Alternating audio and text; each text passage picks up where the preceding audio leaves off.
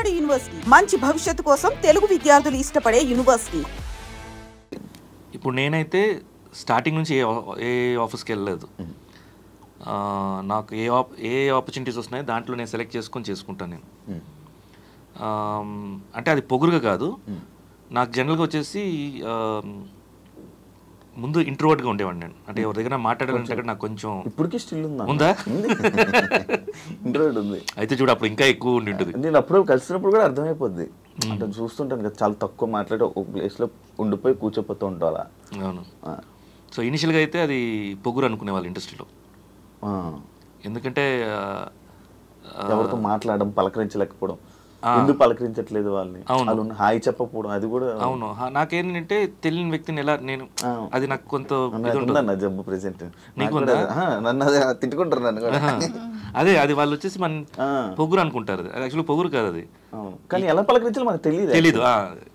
తెలియదు.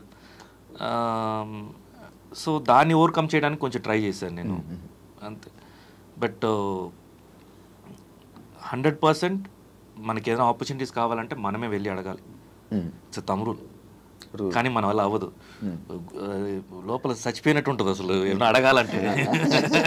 ఎందుకు ఈ సాంగే ఇప్పుడు ఫర్ ఎగ్జాంపుల్ చాలా మంది ఈయనకి తెలిసిన వాళ్ళ వాళ్ళు మూవీ చేసి ఓపెనింగ్ అన్నా కానీ, సాంగ్ చేసి ఓపెనింగ్ అన్నాను రావాలి అన్నా కానీ, ప్రతి దానికి హీ గోస్. బట్ ఇప్పుడు మనం సాంగ్ రిలీజ్ చేసాం కదా, మీ వాళ్ళకి చెప్పేదైనా రీల్స్ కానీ అట్లా వీ కెన్ ప్రమోట్ కదా అంటే వద్దు, ఐ విల్ నాట్ ఆస్క్ అంటారు. ఏంటో ఏం అడుగుతాం, హెల్ప్ బాగోదు కదా అనేసి. ఇది అలాగంటే అవ్వదు కదా అన్న. 100% నేను ఒప్పుకుంటాను. 100% అది చాలా చెడ్డ జబ్బు. అవును, అసలు అది లేకపోతే ముందుకు కూడా కాదు, కొంచెం కష్టం. చాలా ఇలానే ఇక్కడ ఉండాలంటే కాదు. అది యాక్చువల్గా ఏంటంటే దానికి 2 ways ఉంది. ఒకటి మన సెల్ఫ్ ఉంటుంది కదా, సెల్ఫ్ హ్యాపీగా ఉన్నప్పుడు మనం ఏంటి ఎలాగైనా చేసి వెళ్ళి అడిగి అనేది రాదు. అది కొంచెం ఆ మొహమాటం, వద్దులే అనిపించడం ఇవన్నీ ఎక్కువ ఉంటాయి. బట్ అసలు పరిస్థితే బాగాలేనప్పుడు, ఈయన లాంటి వాళ్ళు అయితే పరిస్థితి బాగాలేపోయినా వెళ్ళరు, వేరే తనంతట తను ఏం చేసుకోగలరో అది చూస్తారు తప్పితే. సో అప్పుడు ఇంక వెళ్ళి అడగాల్సి వస్తుంది. అండ్ ఒక యాక్టర్గా ఏంటంటే once an actor is an actor for ever. అంటే సచ్చేదాకా వాళ్ళు నటులుగా ఉండడానికే ఇష్టపడతారు. సో అది ఆఫర్స్ వచ్చిన రోజులు బాగుంటుంది. ఆఫర్స్ రానప్పుడు ఆ ఆశ ఉంటుంది కదా, రేపు వస్తుందేమో, ఎల్లుండి వస్తుందేమో, ఇంకా వస్తుందేమో అని ఆ హ్యాంగింగ్ ఇన్ దేర్ అంటారు కదా, అది టఫెస్ట్ ఫేజ్. సో మేబీ అలా యాక్టింగ్ని నమ్ముకొని వచ్చిన వాళ్ళకి ఒక్కటే నేను ఎప్పుడు అనుకుంటా చెప్పాలని, that always have the second option. Because ఆ డెస్పరేషన్లోనే మనం చాలా స్టోరీస్ వింటుంటాం. ఏమేమో జరిగినాయి, అలా జరిగింది, ఇలా జరిగింది అన్న స్టోరీస్ ఎక్కువ వింటుంటాం. వెన్ ఎలాగైనా నేను దీనిలో ఉండాలి, దీనిలో రావాలి అనుకున్నప్పుడు మనం we don't mind, sometimes we will go to wrong ways also.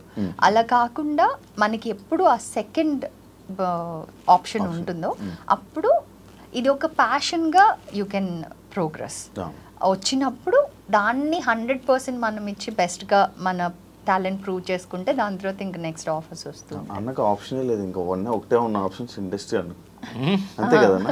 Industry business ఏమైనా ఉన్నాయన్న? బిజినెస్ కొన్ని చేశాను, బట్ వర్కౌట్ అవ్వలేదు. అంటే ఎలా ఉంటుంది శివ, ఇప్పుడు మనకి ఒక లెవెల్ వరకు మనం చూసుకోగలుగుతాం, గ్రౌండ్ లెవెల్స్ వేరే ఉంటాయి. నిజంగా చెప్పాలంటే ఒక ప్రోడక్ట్స్ తయారు చేసాం సియాన్ అని కంపెనీ పేరు మీద, మనదే కంపెనీ. సో దాంట్లో ఏంటి, కొన్ని ప్రోడక్ట్స్ అంతా వచ్చేసి రీటైలర్స్ వరకు వెళ్ళాలి. అంటే మనకి సూపర్ స్టాకిస్ట్ ఉంటారు, రీటైలర్స్ ఉంటారు. సో రీటైలర్స్కి వెళ్ళాలంటే మనకు ఒక మార్కెటింగ్ పీపుల్ వీళ్ళందరూ ఉండాలి.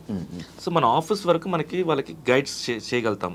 నెక్స్ట్ 6 monthsకి టార్గెట్స్ ఇవి చెప్పగలుగుతాం. వాళ్ళు మ్యానిపులేటర్స్గా అయ్యారు అనుకో, వాళ్ళు అమ్మారని చెప్తారు, కానీ ఆ ప్రోడక్ట్ అమ్మకుండా మనకి తిరిగి రావడానికి 3 months అయిపోద్ది. స్టాక్ అక్కడ ఎరుకొని ఉంటుంది. రీటైలర్స్ దగ్గర. సో వాటిని చెక్ చేసుకోవటం, ఈ గ్రౌండ్ లెవెల్స్ రియాలిటీని చూసుకోవటం, ఇవన్నీ వచ్చేసి చాలా కష్టం మనకి. ప్లానింగ్ లేకుండా, ప్లానింగ్ కాదు అది, మనిషి నమ్మకమైన మనుషులు ఉండాలి మనకి. ఓకే, మంచి టీమ్ ఉంటే సెట్. సో అది ఇప్పుడు ఈ రోజుల్లో మనం ఎవరిని వచ్చేసి నమ్మాలి, ఎవరిని నమ్మకూడదు తెలియదు. అండ్ ఈయన చాలా తొందరగా నమ్మేస్తారు. అవునా, మోసపోయావన్నా చాలా సార్. ఎలాంటి విషయాలు అన్నా? డబ్బా? డబ్బు అంటే ఎక్కువ డబ్బులోనే. డబ్బే ఎప్పుడు ప్రాబ్లం వచ్చేది డబ్బులోనే. ఒకరికి మనం ఇద్దరిని విడదీసేది కూడా డబ్బే మనుషులు. ఒకసారి మనం నమ్మి ఇచ్చామంటే ఆ నమ్మకాన్ని కాపాడడానికి ఈ రోజుల్లో మనుషులు లేరు. కావాలంటే డబ్బు కోసం చంపేస్తారు తప్ప కానీ ఫ్రెండ్షిప్ని వాల్యూస్ ఇవ్వడానికి లేదు. వాల్యూస్ మనుషులు లేరు. సో ఇప్పుడు ఈ రోజుల్లో ఎలా అయిపోయిందంటే ఎవరైనా ఏమార్చారంటే అది నీ తప్పు, ఎందుకు నువ్వేమారావు కాబట్టి. అది వాళ్ళ తప్పు కాదు, అది వాళ్ళ తెలివి. మందే తప్పు, మందే తప్పు, అలా అయిపోయింది. సూపర్. కాదన్నా, వెయిట్ చేసావా అన్న? లైక్ ఇప్పుడు మేడం గారు చెప్పినట్టు ఒక సినిమాల గురించి రేపు కాల్ వస్తుంది, రేపు కాల్, ఎప్పుడైనా మనకు ఒక ఆపర్చునిటీ వస్తుంది అని చెప్పి అని చిరాకు వచ్చిన డే ఏదైనా ఉందా? అయిపోయింది, ఆ డే వెళ్ళిపోయింది, ఎప్పుడో అయిపోయింది. డిప్రెషన్లోకి వెళ్ళావా? ఉందా? నా ఫేస్ ఉందా? నా ఫేస్ ఉంది. ఓకే, అవన్నీ దాటి వచ్చేసి హౌ టు బీ హ్యాపీ అనే ఒక ఎడ్యుకేషన్ సిస్టంలో వెతికి ఎలా హ్యాపీగా ఉండాలనేది నేనే క్రియేట్ చేసుకున్నా. అది ఉండే దాంట్లోనే టఫెస్ట్. అంటే దానివల్లే నన్ను కోపము, ఫ్రస్ట్రేషన్లు అన్నీ వచ్చాయి.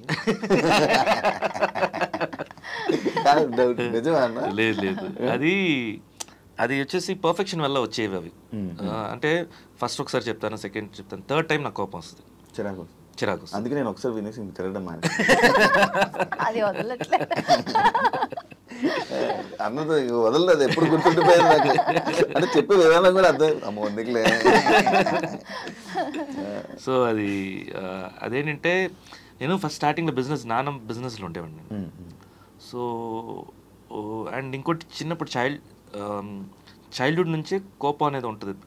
కోపం అంటే ఎలా అంటే ఎక్కువ అథ్లెటిక్స్లో ఉండేవాడిని అండ్ గేమ్స్లో ఉండేవాళ్ళు. సో ఫస్ట్ అది ఉంటుంది చూడు, అగ్రెసివ్నెస్ ఎక్కువ ఉండేది నాకు. అండ్ ఇప్పుడు అసలు ఏమీ లేదు. ఏం లేదేంటన్నా? ఉంటదన్నా, నీకు అర్థమైపోతుంది. ఉంటది లేదని కదా, ఆపుకోండి, కంట్రోలింగ్ చేసుకుంటున్నావేమో మేబీ. దానివల్ల మీ ఇద్దరికి ఏమైనా ప్రాబ్లమ్స్ వచ్చాయా? గొడవలు? ఈక్వల్లీ అగ్రెసివ్ నేను కూడా. సో పెళ్ళైన కొత్తలో ఇంకా హేమీలిద్దరు పోటీగా యుద్ధం చేస్తే ఎలా ఉంటుందో అలా ఉండేది ఇల్లు. ఇనిషియల్గా ఆ ఫేస్ దాటాం, ఇనిషియల్గా ఉండింది.